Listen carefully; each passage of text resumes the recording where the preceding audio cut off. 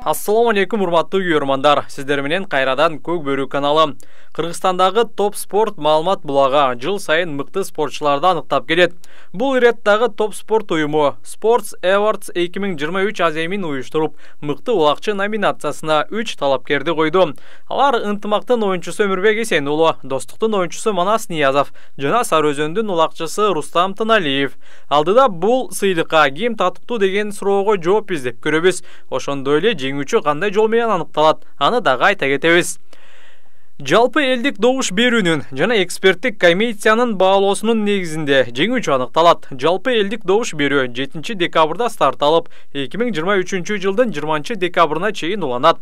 Талапкерди тандоо Facebook менен Instagramдагы топ спорт уюмунун расмий баракчасында өткөрүлөт. Аталган социалдык түйүндөрдө спортчунун аты жөнүн комментарийге калтыруу менен добуш берсеңиздер болот. Белек кимге жакпасын? Остор дүкөндөрү тармагынан жаңы жылдык акция. Мыкты Vivo смартфонун тандап, кепилденген жаңы жылдык белекке ээ болуңуз. Белекке ноутбук, колонка, кулакчын, смартфон, дагы башка көптөгөн буюмдарды беребиз. Эң сонун жана эң башкысы убагында жаңы жылга карата салттуу түрдө белек үчүн Остор дүкөндөрүнө. Аягында Facebook менен Instagramдагы комментарийлер кошулуп, жалпы элдик добуш берүүнүн жыйынтыгы чыгарылат.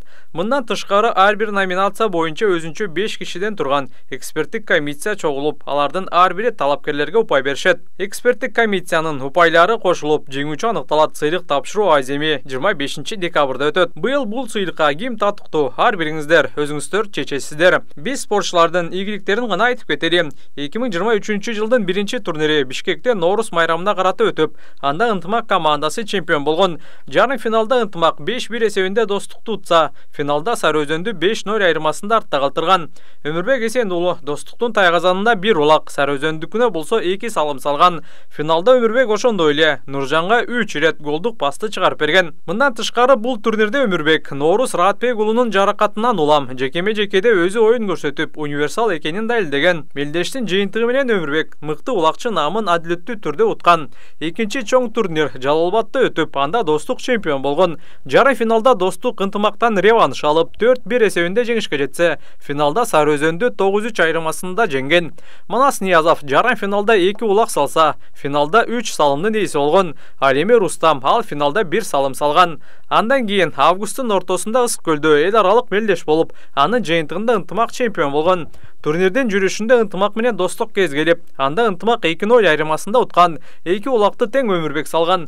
Ошол эле мелдештин жүрүшүндө ынтымак Сарыөзөндү дагы 5-1 айырмасында жеңген. Ал беттеште Өмүрбек бир жолу өзгөчөлөнсө, Рустам гол киргизген эмес. Ал дүйнө кубогунун жыйынтыгында ынтымак чемпион болгонун кошумчалап кетели. Андан соң Ошто президенттин кубогу өтүп, анда дагы достук менен ынтымак финалда ойношкон. Бул ирет дагы ынтымак күчтүү болуп 2-1 айырмасында жеңүүчү аталган. Ал оюнда Өмүрбек 2 салым, Манас 1 салым салган. 2023 жылды жыйынтыктай турган болсок, Өмүрбек 3 жолу чемпион болуп, мыкты оюнчу намын алган. Манас Ниязов 1 жолу чемпион болуп, 1 ирет мыкты улакчы аталды. Ал эми Рустам Тыналиев быйыл 2 ирет финалда ойноп, бирок командасы 2 жолу тең жеңилип калган. Сиздер 2023 жылы мыкты улакчы деген сыйлыкты ким алышы керек деп ойлойсуздар? Комментарий жазыңыздар.